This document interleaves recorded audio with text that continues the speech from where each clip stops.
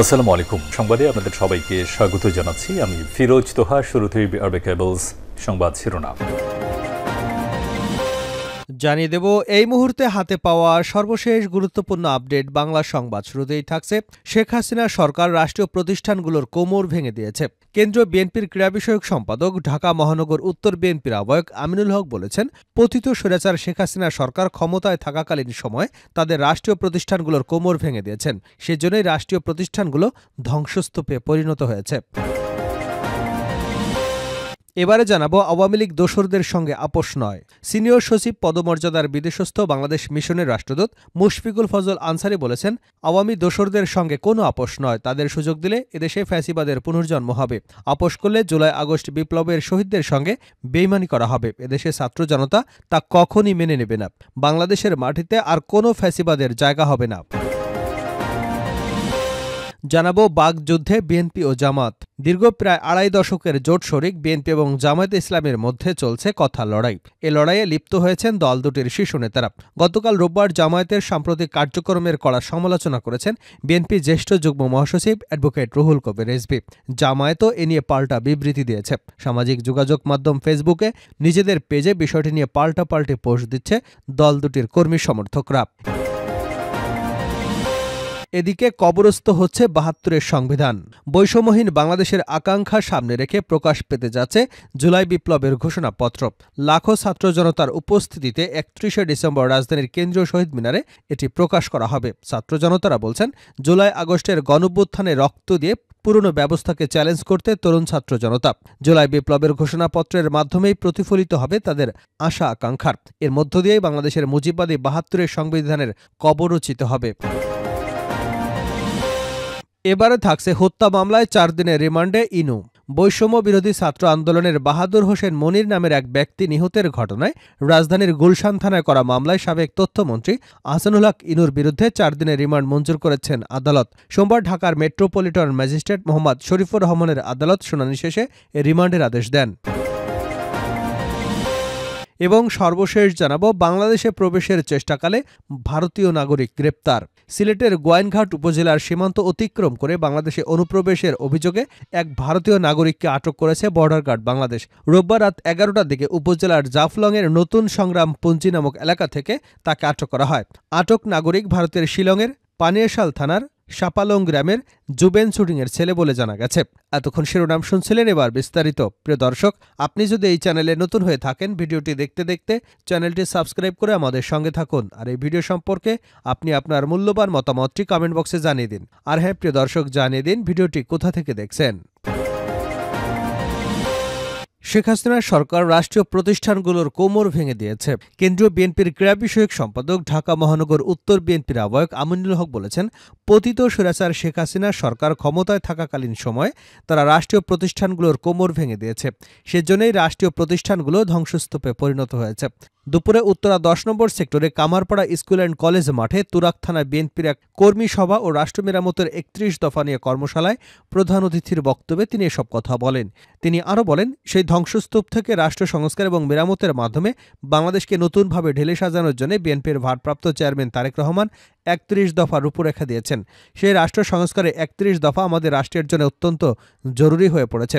৩১ দফার রূপরেখার মাধ্যমে আমরা রাষ্ট্র সংস্কার ও মেরামত করে একটি সুন্দর বাংলাদেশ গড়তে চাই। আমিনুল হক বলেন, গত ১৫ বছর ধরে ক্ষমতাচ্যুত আওয়ামী সরকার শেখ হাসিনা সরকার বাংলাদেশের জনগণ থেকে সম্পূর্ণরূপে বিচ্ছিন্ন হয়ে তারা রাষ্ট্রীয় প্রতিষ্ঠানগুলোকে ব্যবহার করে অবৈধভাবে ক্ষমতার মসনদে আঁকড়ে বসেছিল। তিনি বলেন, পতিত আওয়ামী স্বৈরাচার সরকার ক্ষমতা ধরে রাখতে তারা ১৭ বছর বিভিন্ন প্রক্রিয়া ব্যবহার করেছে। ২০১৮ সালে তারা রাতের অন্ধকারে ভোট করেছে। ২০২৪ সালে ভোটার শূন্য ডামি নির্বাচন করেছে। এছাড়া তিনি বলেন, আওয়ামী স্বৈরাচার সরকার বাংলাদেশের অর্থনীতিকে ধ্বংস করে গেছে। তারা বাংলাদেশের শেয়ার বাজার কেলেঙ্কারির মাধ্যমে সিন্ডিকেট করে বাজার থেকে হাজার হাজার কোটি টাকা লোপাট করে নিয়েছে। ব্যাংকগুলোকে ডাকাতি করে লুটপাট করে ধ্বংস করে ফেলেছে। আওয়ামী লীগ দোসরদের সঙ্গে আপোষ নয়, মুশফিকুল ফজল আনসারী। সিনিয়র সচিব পদমর্যাদার বিদেশস্থ বাংলাদেশ মিশনের রাষ্ট্রদূত মুশফিকুল ফজল আনসারী বলেছেন, আওয়ামী দোসরদের সঙ্গে কোনো আপোষ নয়। তাদের সুযোগ দিলে এদেশে ফ্যাসিবাদের পুনর্জন্ম হবে। আপোষ করলে জুলাই আগস্ট বিপ্লবের শহীদদের সঙ্গে বেইমানি করা হবে। এদেশে ছাত্র জনতা তা কোনোদিনই মেনে নেবে না। বাংলাদেশের মাটিতে আর কোনো ফ্যাসিবাদের জায়গা হবে না। দুপুরে সিলেট সার্কিট হাউসে সিলেট জেলা প্রশাসন আয়োজিত মত বিনিময় সভায় তিনি এসব কথা বলেন। মুশফিকুল ফজল আনসারী বলেন, সচিবালয়ের মতো একটি গুরুত্বপূর্ণ জায়গায় যেখানে সর্বোচ্চ নিরাপত্তা থাকার কথা, সেখানে সবকিছু আগুনে পুড়ে যাবে, তাতে মানুষের মধ্যে প্রশ্ন জাগাই স্বাভাবিক। বিষয়গুলো যথাযথভাবে চিহ্নিত করতে হবে। বাংলাদেশের সরকার প্রধান হয়ে ডক্টর মোহাম্মদ ইউনূসের বাড়তি পাওনা কিছু নেই বলে মনে করেন সিনিয়র সচিব মুশফিক। তিনি বলেন, সমগ্র দুনিয়ার কেন্দ্রীয় বিন্দুতে প্রফেসর ডক্টর মোহাম্মদ ইউনূস। জাতির প্রয়োজনে তিনি সামনে এসে দেশের সরকার প্রধানের দায়িত্ব নিয়েছেন। ডক্টর ইউনূস প্রসঙ্গে তিনি আরও বলেন, কিছুদিন আগে নিউ ইয়র্ক টাইমস তাকে নিয়ে একটি বিশেষ অনুষ্ঠানের আয়োজন করেছে। নিউ ইয়র্কের প্রেসিডেন্ট প্রার্থীদের নিয়ে এমন ধরনের অনুষ্ঠান হয়। তাকে প্রশ্ন করতে গিয়ে ঘাম ঝরাতে হয়েছে সেই সেলিব্রিটি সাংবাদিককে। মুশফিকুল ফজল আক্ষেপ করে বলেন, জাতিকে ফ্যাসিবাদের কবল থেকে মুক্ত করবার জন্য যারা জীবন দিতে পিছপা হননি, জাতীয় বিপ্লবে গিয়ে তারা পঙ্গুত্ব বরণ করেছেন। যেসব ছাত্র জনতার চিকিৎসার জন্য এখনও আকুতি জানাতে হবে কেন? তারা আমাদের জাতীয় বীর। বিষয়টি যাতে গুরুত্বের সঙ্গে বিবেচনা করা হয় সেজন্য সংশ্লিষ্টদের প্রতি আহ্বান জানান তিনি সিলেটের সম্প্রীতির জন্য নজিরের বিষয়টি তুলে ধরেন। এই সম্প্রীতির সুযোগ যাতে ফ্যাসিবাদের দোসরা নিতে না পারে সেদিকে সবাইকে সতর্ক থাকতে হবে। এই সিলেটি বিপ্লবী পরবর্তী সময় দুষ্কৃতীদের হাতে লুট হওয়া ব্যবসায়ীদের মালামাল ফেরত দেওয়া হয়েছে। বাগযুদ্ধে বিএনপি ও জামাত। দীর্ঘ প্রায় আড়াই দশকে জোট শরিক ও বিএনপি জামায়াত ইসলামীর মধ্যে চলছে কথা লড়াই। এ লড়াইয়ে লিপ্ত হয়েছেন দল দুটির শীর্ষ নেতারা। গতকাল রোববার জামায়াতের সাম্প্রতিক কার্যক্রমের কড়া সমালোচনা করেছেন বিএনপির জ্যেষ্ঠ মহাসচিব রুহুল কবির রিজভী। জামায়াত নিয়ে পাল্টা বিবৃতি দিয়েছে। সামাজিক যোগাযোগ মাধ্যম ফেসবুকে নিজেদের পেজে বিষয়টি নিয়ে পাল্টাপাল্টি পোস্ট দিচ্ছেন দল দুটির কর্মী সমর্থকরা। 1999 সালে 4 দলীয় জোট গঠিত হয়। এই জোটের প্রধান দুটি দল ছিল বিএনপি এবং জামায়াত ইসলামী। দল দুটি 2001 সালে নির্বাচনে ক্ষমতায় আসে। এরপর আবার বিরোধী দল হয়ে যায়। 4 দলীয় জোট থেকে 20 দলীয় জোট হয়। শেখ হাসিনার শাসনের শেষ দিকে দল দুটির মধ্যে দূরত্ব দেখা দেয়। গত কয়েক বছর ধরেই নানা বিষয় টানাপোড়েন চলছে বিএনপি এবং জামায়াতের মধ্যে। সামাজিক যোগাযোগ মাধ্যমে, সভা সমাবেশে, বক্তৃতা বিবৃতির মাধ্যমে মন্তব্য ছড়াছড়ি চলছে। জুলাই আগস্ট গণঅভ্যুত্থানের পর এই বিরোধ প্রকট আকার দেখা দিয়েছে। গতকাল জামায়াত ইসলামীর সাম্প্রতিক কার্যক্রমের কড়া সমালোচনা করেছেন রুহুল কবির রিজভী। রাজধানীর শেরেবাংলা নগরে শহীদ রাষ্ট্রপতি জিয়াউর রহমানের কবরে শ্রদ্ধা নিবেদন শেষে তিনি বলেন, শেখ হাসিনার আমলে ব্যাংক লুটকারী এসালম গুলবের উত্তরসারি হয়েছে অনেকেই। বড় বড় কথা বলে বিএনপি নামের কলঙ্ক লেপন করছেন। টেন্ডারবাজি, পাড়া মহল্লায় টার্মিনাল সহ নানা কিছু দখল করেছে একটি দল। পায়ে রক কারা কাটে তাদের সবাই চেনেন। জামায়াতকে উদ্দেশ্য করে তিনি বলেন, ইসলাম নিয়ে রাজনীতি করেন। ইসলাম মানে তো মুনাফিকি করা নয়। একটি দল নিজেরা মুনাফিকি করছে এবং বিএনপিকে সবক দিচ্ছে, কলঙ্ক লেপনের চেষ্টা করছে। শেখ হাসিনার সঙ্গে আতাত করে সেদিন আপনারা এরশাদ কুলাঙ্গারে নির্বাচনে যাননি।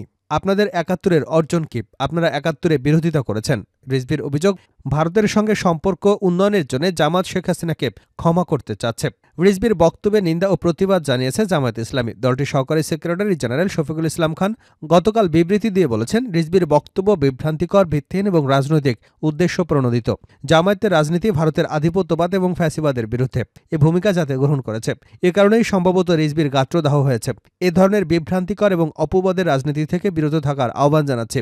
রফিকুল ইসলাম বলেন, জামাত রক্কাট এবং ঘোলা পানিতে মাছ শিকারের রাজনীতি কখনো করেনি। জামাত ইসলাম নিয়েও রাজনীতি করে না।